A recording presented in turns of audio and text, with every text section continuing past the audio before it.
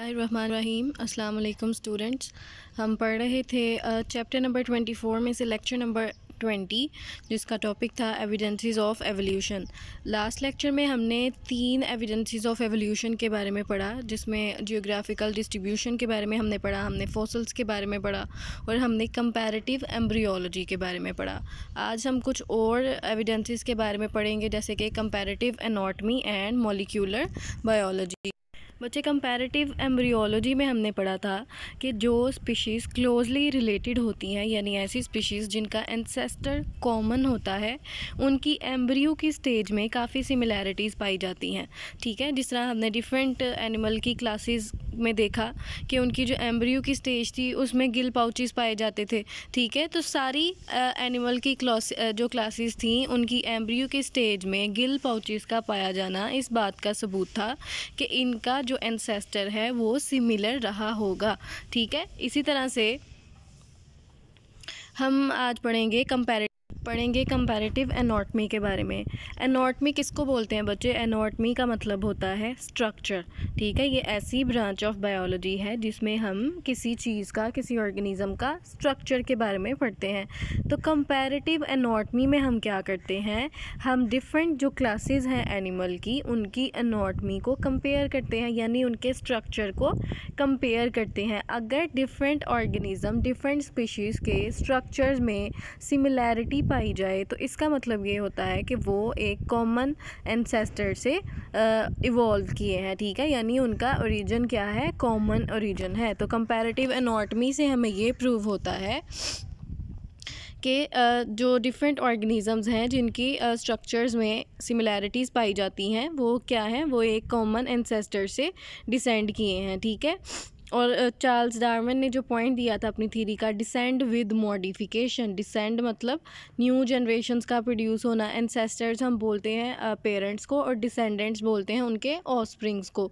तो descend with modification का मतलब है कि जैसे जैसे नई जनरेशन्स पैदा होती हैं उनमें मॉडिफिकेशंस आती हैं, उनमें चेंजेस आती हैं। ठीक है, यानी एक कॉमन एंसेस्टर से जो स्पीशीज़ ओरिजिनेट करेंगी उनमें क्या होगा, उनमें जैसे जैसे वो डिफरेंट एनवायरनमेंट में जाएंगी तो डिफरेंट एनवायरनमेंट में वो उनको डिफरेंट तरह की अडॉप्टेशंस करनी पड़ेंगी, मॉडिफिकेशंस करनी पड़ेंगी। ठीक है, तो इसलिए उनके स्ट्रक्चर्स में क्या आ जाती हैं, थोड़ी बहुत चेंजेस आ जाती हैं और वो न्यू स्पीशीज़ में कन्वर्ट हो जाते हैं। तो डिसेंड विद मॉडिफिकेशन में क्या होता है कि डिफरेंट स्पीशीज़ जो एक ही एंसेस्टर से बिलोंग की गई होती हैं, उनके स्ट्रक्चर्स में जहाँ पे चेंजेस आती हैं वहाँ पे किसी हद तक सिमिलैरिटीज़ भी रहती हैं। जो न्यू स्पीशीज़ बनती हैं वो बिल्कुल तो डिफरेंट नहीं होती ना अपने एंसेस्टर से, उनमें कुछ ना कुछ सिमिलैरिटीज़ भी रहती हैं, जिसकी बेस पे हम ये पता चला सकते हैं कि ये स्पीशीज़ जो हैं वो उनका एंसेस्टर कौन सा होगा। इसकी एग्जांपल ऐसे ही है जैसे जो पेरेंट्स होते हैं और उनके जो बच्चे होते हैं, जो ऑफस्प्रिंग्स होते हैं, बेशक वो अपने पेरेंट्स से डिफरेंट होते हैं लेकिन उनमें कोई ना कोई रिजेम्बलेंस अपने पेरेंट्स के जैसी होती है। ठीक है, तभी तो जो सिबलिंग्स होते हैं वो भी एक दूसरे के साथ मैच करते हैं। इसीलिए कोई जो स्ट्रेंजर होगा वो देख के बता सकता है कि ये जो दो लोग हैं ये आपस में बहन भाई हैं, सिबलिंग्स हैं, या इनके पेरेंट्स ये वाले होंगे। तो बेशक एवोल्यूशन के साथ साथ ऑर्गेनिज्म में चेंजेस आती हैं, उनके स्ट्रक्चर में, उनकी कैरेक्टरिस्टिक्स में, लेकिन किसी ना किसी हद तक वो अपने पेरेंट्स से स्टिल रिजेम्बलेंस रखते हैं। ठीक है, उसी सिमिलैरिटी को हम लोग कंपैरेटिव एनाटॉमी में स्टडी करते हैं कि अगर 4 स्पीशीज़ हैं, उनके दरमियान स्ट्रक्चर्स जो हैं उनमें सिमिलैरिटीज़ पाई जा रही हैं, तो इसका मतलब है कि इनका एंसेस्टर क्या होगा? सेम होगा। ठीक है, कंपैरेटिव एनाटॉमी जब हम स्टडी करते हैं तो हम 2 तरह के स्ट्रक्चर्स को स्टडी करते हैं। एक आ जाते हैं होमोलोगस स्ट्रक्चर्स और दूसरे होते हैं एनालोगस स्ट्रक्चर्स। होमोलोगस स्ट्रक्चर्स ऐसे स्ट्रक्चर्स हैं जो स्ट्रक्चरली तो सेम होते हैं लेकिन उनका फंक्शन क्या होता है? डिफरेंट होता है। होमोलोगस स्ट्रक्चर्स कैसे स्ट्रक्चर्स हैं कि लेट्स सपोज़ कि हम 4 डिफरेंट स्पीशीज़ लेते हैं, तो उनके क्या होंगे, उनके स्ट्रक्चर्स जो हैं वो आपस में मिल रहे हैं, उनके बॉडी स्ट्रक्चर्स या ऑर्गन्स जो हैं वो एक दूसरे से रिजेंबल करते हैं, लेकिन उनका फंक्शन क्या है, डिफरेंट है। स्ट्रक्चर सेम है लेकिन फंक्शन डिफरेंट है। ऐसे स्ट्रक्चर्स को हम बोलते हैं होमोलोगस स्ट्रक्चर्स। और होमोलोगस स्ट्रक्चर जो है ये डाइवर्जेंट एवोल्यूशन की एग्जांपल है। डाइवर्जेंट एवोल्यूशन ऐसी एवोल्यूशन है जिसमें एक कॉमन इंसेस्टर से जो न्यू ऑफस्प्रिंग्स आते हैं तो वो क्या करते हैं, डाइवर्सिफाई हो जाते हैं। डाइवर्जेंट जो वर्ड है वो निकला है डाइवर्स से। डाइवर्स का मतलब होता है डिफ्रेंशिएट हो जाना, ठीक है। तो एक एंसेस्टर से लेट्स सपोज 4 ऑफस्प्रिंग्स उसके प्रोड्यूस हुए, तो वो चारों ऑफस्प्रिंग जो हैं वो डिफरेंट एनवायरनमेंट में चले गए। डिफरेंट एनवायरनमेंट में उन्होंने जाके डिफरेंट तरह की एवोल्यूशन की, अपने एनवायरनमेंट के अकॉर्डिंगली उनको डिफरेंट तरह की मॉडिफिकेशंस करनी पड़ी। तो इस तरह की एवोल्यूशन जिसमें एक सिमिलर एंसेस्टर से जो ऑफस्प्रिंग्स प्रोड्यूस होते हैं वो डिफरेंट एनवायरनमेंट में जाके डिफरेंट तरह की मॉडिफिकेशंस करते हैं, इस तरह की एवोल्यूशन को हम बोलते हैं डाइवर्जेंट एवोल्यूशन। और डाइवर्जेंट एवोल्यूशन के रिज़ल्ट में बनते हैं होमोलोगस स्ट्रक्चर्स, ठीक है। यानी एक जो एंसेस्टर था उसके 4 ऑफस्प्रिंग्स थे, तो वो चारों ऑफस्प्रिंग्स जो हैं वो डिफरेंट एनवायरनमेंट में गए। लेट्स सपोज एक ऑफस्प्रिंग चला गया वाटर वाली इन्वायरमेंट में, एक्वेस इन्वायरमेंट में चला गया, एक चला गया टेरेस्ट्रियल इन्वायरमेंट में, एक चला गया एरियल इन्वायरमेंट में। तो क्या हुआ, जो वाटर में गया उसको कैसी मॉडिफिकेशंस करनी पड़ेंगी, स्विमिंग करनी पड़ेगी ना उसको। जो टेरेस्ट्रियल इन्वायरमेंट में गया उसको वॉकिंग के लिए अडॉप्टेशंस करनी पड़ेंगी, रनिंग के लिए करनी पड़ेंगी। जो एरियल इन्वायरमेंट में गया, हवा में गया, उसको फ़्लाइट के हिसाब से मॉडिफिकेशंस करनी पड़ेंगी, ठीक है। तो उनके स्ट्रक्चर्स तो सेम होंगे लेकिन अब उनका फंक्शन क्या हो जाएगा, डिफरेंट हो जाएगा, ठीक है। जो वाटर में गया उसका जो वो वाले स्ट्रक्चर्स थे वो स्विमिंग में इन्वॉल्व हो गए, जो टेरेस्ट्रियल इन्वायरमेंट में गया वो वॉकिंग में इन्वॉल्व हो गए, जो एरियल इन्वायरमेंट में गया वो फ़्लाइट में इन्वॉल्व हो गए। तो क्या हुआ कि स्ट्रक्चर्स तो सेम थे लेकिन उनका फंक्शन क्या हो गया, डिफरेंट हो गया। तो ऐसे स्ट्रक्चर्स को हम बोलते हैं होमोलोगस स्ट्रक्चर और ऐसी एवोल्यूशन को हम बोलते हैं डाइवर्जेंट एवोल्यूशन। एग्जाम्पल इसमें क्या आ जाती है, एग्जाम्पल इसमें आ जाती है limbs of man, limbs of bat, horse, whale और बाकी सारे मैमल्स, ठीक है। अब क्या होता है, लिम्स किसको बोलते हैं हम, ह्यूमन लिंग जो लिम्स हैं उनका स्ट्रक्चर हमने पढ़ा था स्केलेटन में, जिसमें हमने कहा 4 लिम्स आ जाते हैं और हैंड लिम्स आ जाते हैं। फिर है लिम्स ऑफ बैट, बैट के जो लिम्स होते हैं वो कन्वर्ट हो जाते हैं विंग्स में, ठीक है। इसी तरह जो हॉर्स के लिम्स हैं, जो वेल के लिम्स हैं, ठीक है, इन सब के लिम्स का जो स्ट्रक्चर होता है ना, जो स्ट्रक्चर का पैटर्न होता है वो ऑलमोस्ट सेम होता है, ठीक है। थोड़ी बहुत चेंजेस होती हैं लेकिन उसमें जो बोन्स की अरेंजमेंट होती है वो सेम होती है। ह्यूमन लिम्स में हमने बोन की अरेंजमेंट पढ़ी हुई है, फीमर, टिबिया, फेबुला है, फिलेंजीज हैं, मेटाफिलेंजीज हैं, ठीक है, टॉर्सल्स, मेटाटॉर्सल्स है, ये सारी जो बोन्स हैं ये पाई जाती हैं लिम्स के अंदर, ठीक है। तो इसी तरह जो बैट की लिम्स हैं, जो हॉर्स की लिम्स हैं, जो वेल की लिम्स हैं, इनमें भी तकरीबन जो बोन्स का पैटर्न होता है ना, जो अरेंजमेंट होती है वो सेम होती है, ठीक है। तो ये जो सारे मैमल्स हैं इनकी लिम्स का क्या हुई, जो स्ट्रक्चर है उनका सेम है लेकिन इन सब का फंक्शन भी क्या सेम है, नहीं, इन सब की लिम्स का फंक्शन डिफरेंट है। वेल जो है उसकी लिम्स उसको स्विमिंग में हेल्प करती हैं, हॉर्स की लिम्स उसको रनिंग में हेल्प करती हैं, जो बैट की लिम्स हैं वो उसको फ्लाइट में हेल्प करती हैं, ठीक है। तो इसी तरह इन सब के स्ट्रक्चर सेम है लेकिन इन सब का फंक्शन क्या है, वो डिफरेंट है, ठीक है। तो इस सब से हमें ये प्रूव होता है कि ये जो सारी क्लासेस हैं मैमल्स की, यानी कि वेल, हॉर्स, बैट और मैन, इन सब का एंसेस्टर क्या था, कॉमन एंसेस्टर था, ठीक है। तभी तो इनके स्ट्रक्चर में सिमिलैरिटी पाई जा रही है, ठीक है। फिर वो क्या कहता है कि ये जो डाइवर्जेंट एवोल्यूशन है, डाइवर्जेंट एवोल्यूशन के रिज़ल्ट में क्या हुआ कि डिफरेंट जो मैमल की क्लासेस थी उनके लिम्स क्या थे, वो डाइवर्जेंट फंक्शन परफॉर्म करने के लिए मॉडिफाई हो गए। डाइवर्जेंट मतलब डिफरेंट फंक्शंस परफॉर्म करने के लिए जो थे वो मॉडिफाई हो गए। इसीलिए हम एवोल्यूशन को एक रीमॉडलिंग प्रोसेस भी बोलते हैं। रीमॉडलिंग प्रोसेस का मतलब कि चीज़ों का रीमॉडल होना, रीस्ट्रक्चर होना उनका, ठीक है, तो इस तरह से क्या हुआ कि उनका शुरू में जब उनका इंसेस्टर सेम था, इंसेस्टर कॉमन था, तब वो काफ़ी हद तक सारे ऑर्गेनिज्म क्या थे, सिमिलर थे। फिर जैसे जैसे वो डिफरेंट इन्वायरमेंट में गए तो उनके स्ट्रक्चर्स ने डिफरेंट फंक्शन परफॉर्म करना शुरू किया, तो उनके स्ट्रक्चर्स की रीमॉडलिंग हुई, यानी उनमें थोड़ी बहुत चेंजिंग्स आई। ठीक है, तो बेशक इनका स्ट्रक्चर पैटर्न सेम है मैन के लिम्स का, बैट्स का, हॉर्स का, लेकिन डिफरेंसेस भी तो हैं ना। ठीक है, तो ये जो डिफरेंसेस हैं इसको हम बोलते हैं रीमॉडलिंग। ठीक है, स्ट्रक्चर्स का डिफरेंट फंक्शन परफॉर्म करने के लिए रीमॉडल होना। ठीक है, इसी तरह से होमोलोगस स्ट्रक्चर में एक तो हमने ये लिम्स की एग्जांपल पढ़ ली, दूसरी एग्जांपल क्या है, वो है flower parts of flowering plants.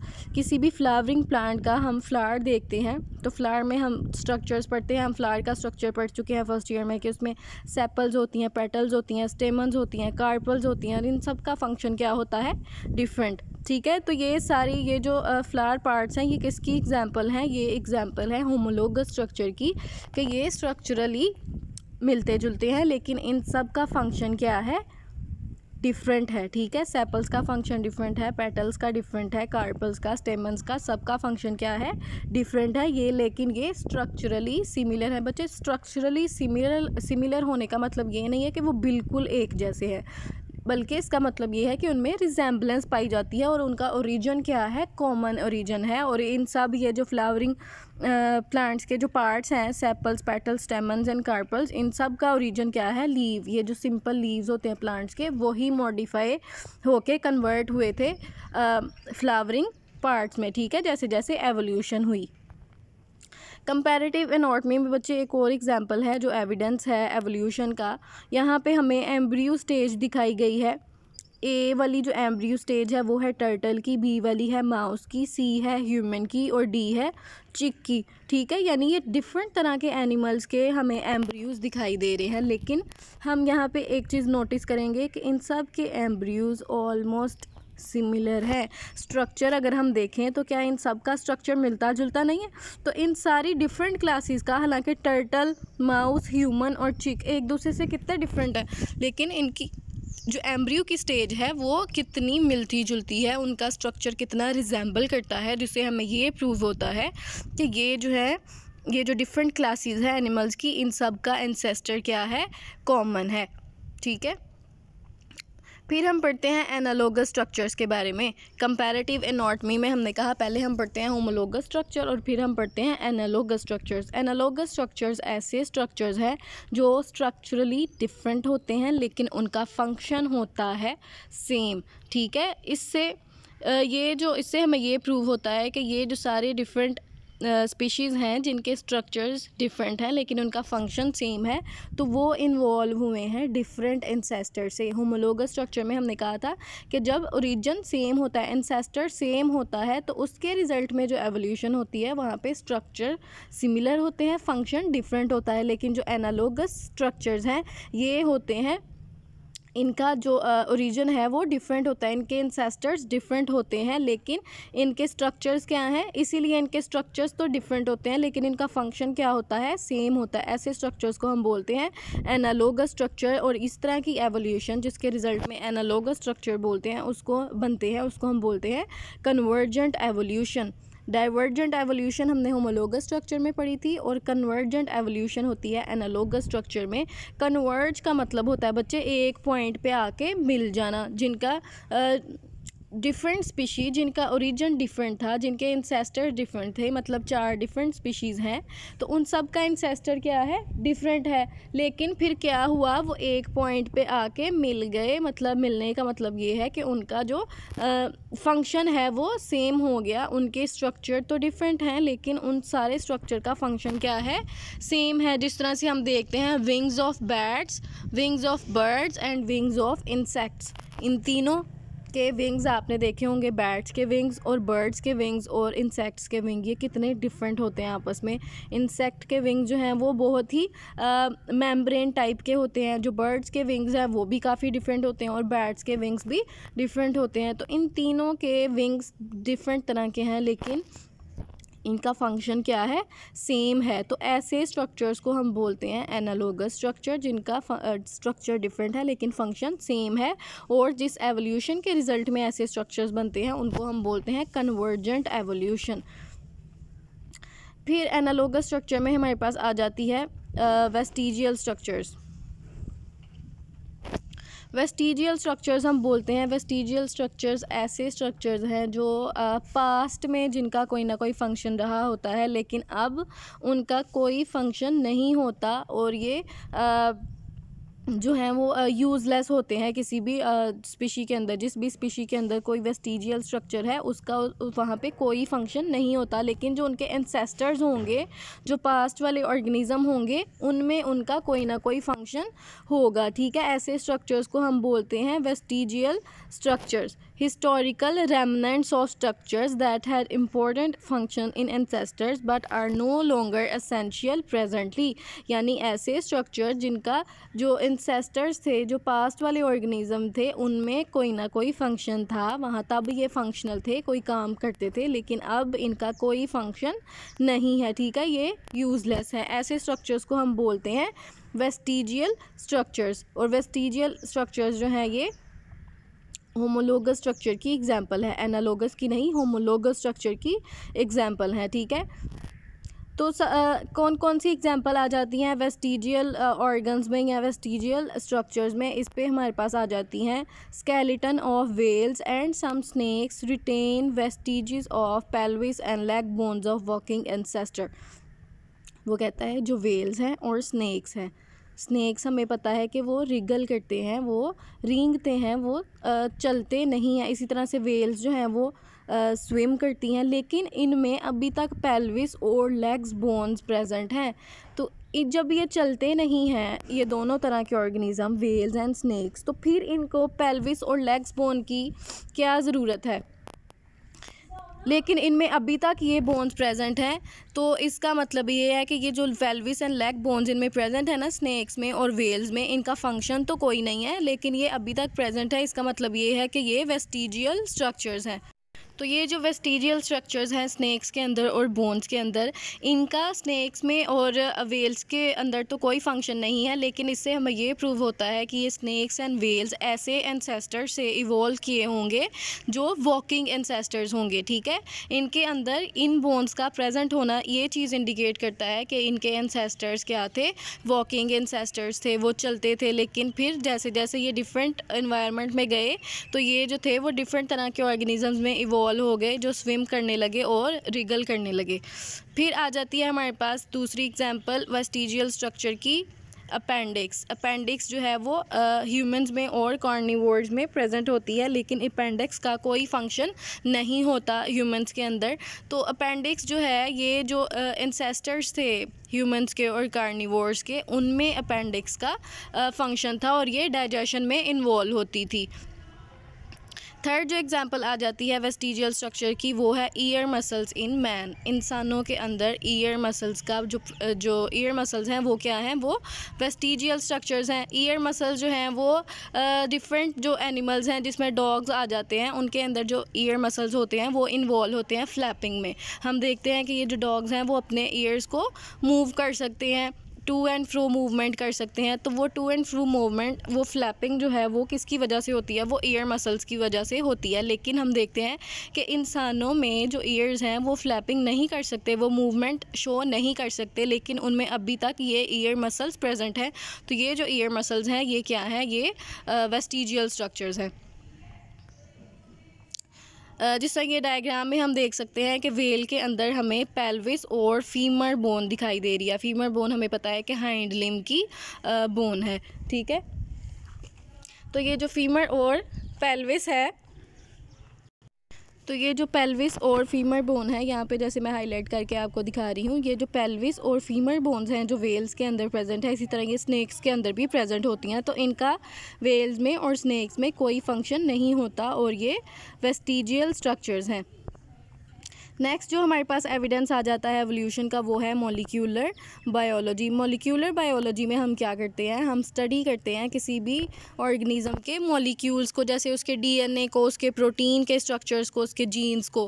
तो अगर दो स्पीशीज़ क्लोजली रिलेटेड होंगी तो उनके जो मॉलिक्यूल्स हैं उनका डीएनए और प्रोटीन का जो सीक्वेंस होगा वो मैच करता होगा। जिस तरह से हम डीएनए